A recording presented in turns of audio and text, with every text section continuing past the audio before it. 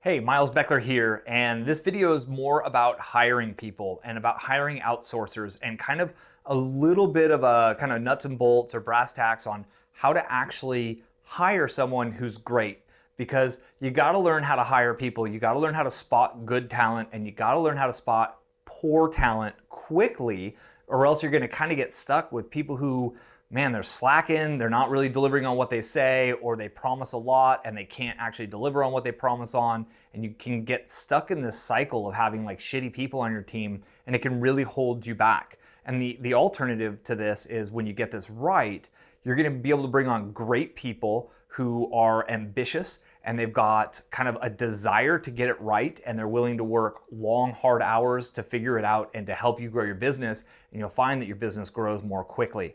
So how do you get this right? Well, first and foremost, there is no magic trick to hiring. There's some things you can do to kind of like stack the odds in your favor, but it is an absolute art science mixture that is incredibly challenging. I recommend that you read the book Who. It's WHO, and it's all about how to hire people, essentially. You can find it on Kindle for $7 or $8, and it's got some great ideas.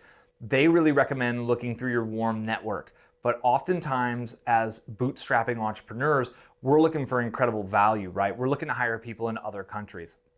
So whether you're on Upwork.com or if you're on OnlineJobs.ph and you're looking to hire some, here's a few things you can do to really kind of weed out some of the people who aren't paying attention and don't have the attention to detail that you deserve. So first and foremost, you hide an Easter egg inside of your job listing. So a few paragraphs down, you say something to the effect of, use the phrase green bamboo in the first sentence of your cover letter so I know you read all of the words on this kind of job description. And then when you're looking through the job descriptions, you look at that first sentence, and anyone who doesn't have the words green bamboo in there, you just delete them. You remove them from the options. There's no consideration to hire them because they don't have the attention to detail you need. They're not reading your entire job description, or they're not willing to take the one step of adding those two words to the very beginning. Sometimes I've even used sentences that make more sense, like, start your application with the words, I am your next rock star designer. And then I just look for that sentence right up top. If it's not there, they're out. They don't have the attention to detail. They haven't read the job listing fully. Therefore, they're not for me, because I need someone who's going to take the time, read every word, do everything I say. And if they can't do that on the job application, odds are they won't be able to deliver on the kind of product side of things or whatever those tasks are that you're asking from them. So that's really the first big one. And it's really common. The second thing I do is I require them to do at least 2 separate things and sometimes 3 things. And this is in the bottom, and it says, if you want to be one of the highest listed candidates for this job, do these 3 things. Number 1, go to 16personalities.com. That's 16personalities.com. And I have them take that free personality report and send me what their personality type is. I don't really care that much what their personality type is. I look at it and I read through a little bit of the material on it. I want to see if they go to the website and they take the test, and I want to see how they send me what they are. Do they just put it in quotes and say, I'm an ENTFJ? If you don't know what that is, it's a 16 personalities thing. They give you this 4-letter kind of acronym of your personality type. Or do they send me a link to the actual description so I can read it? It allows me to kind of give them a very small task with a kind of an undefined deliverable required, and I'm seeing what they give me. Do they give me enough information, or at least enough links to where I can go get the full picture of what their personality profile is from 16 personalities? If not, they're off the list. So the second thing I have at the bottom is I ask them to make a video.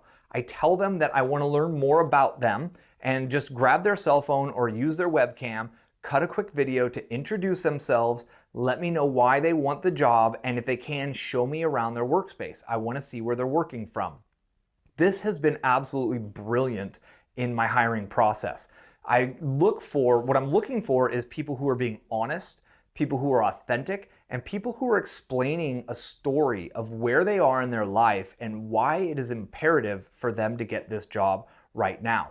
I want to hear things like, I'm getting married in a year and I want to have kids and I want to be able to work from home so I can raise my kid while I work from home.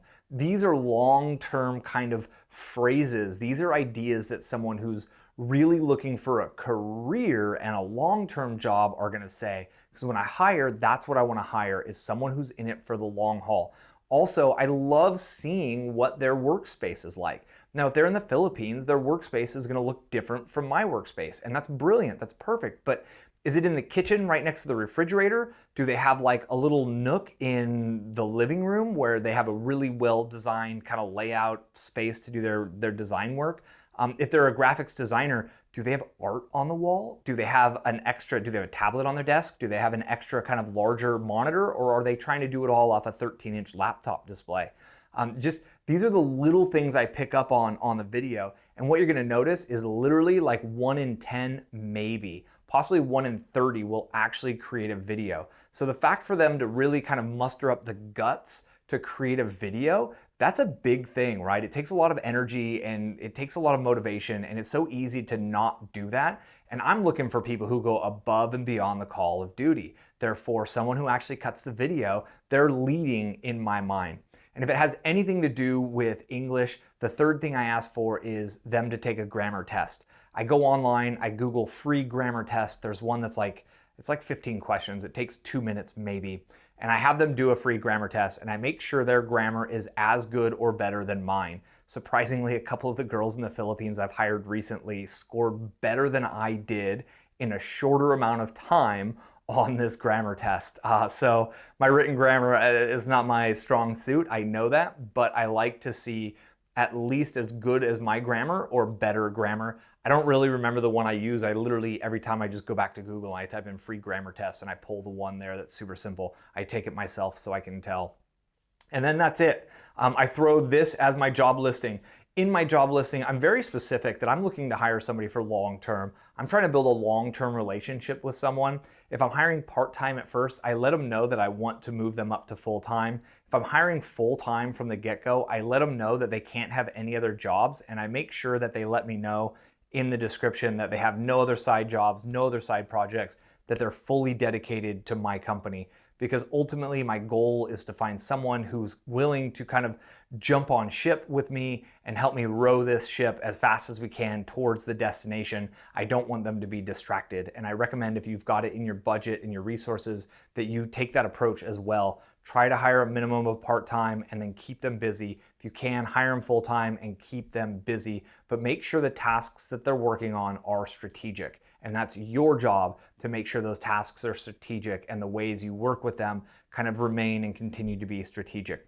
Once you begin working with them, look back through my videos. I've got a video of how to stay in touch with your team and keep your business moving forward while you're traveling. There's 3 tools I talk about in that video. I highly recommend you get those 3 free tools going. That way to manage the process and the conversation with your teammate, because it's important to kind of stay on task with them, communicate with them daily via Slack, via the other tools. And if you can, do like a weekly phone call with them or a Skype call, just to kind of stay on the same page, because that's the most important thing, is to keep them feeling connected, keep them feeling like they're part of a team. Everybody loves to be a part of a team, and you're the leader of your team. So get out there, build your team, get into hiring. It's been one of the more challenging sides of my business, but honestly, immensely rewarding. And at this point, we're able to get literally 500, 600, 700 hours of work in our business accomplished every week, not by working more, but by leveraging the efforts of others. And always remain focused on, what are you great at? What's your ultimate kind of passion and what matches your DNA? You do that, hire out the rest of the tasks, find great people to bring on for those tasks, and your business will grow, I guarantee it. So thank you very much for your time. I'm Miles Beckler. Go ahead and click the thumbs up, give me a like if you like the video, click the subscribe to get the new videos as they are released, and I would love to hear from you about your hiring process, or if you have any tips for me or the other viewers, feel free to leave it in the comments below. Would love to hear from you. Thank you very much for your time. I appreciate it, and happy hiring.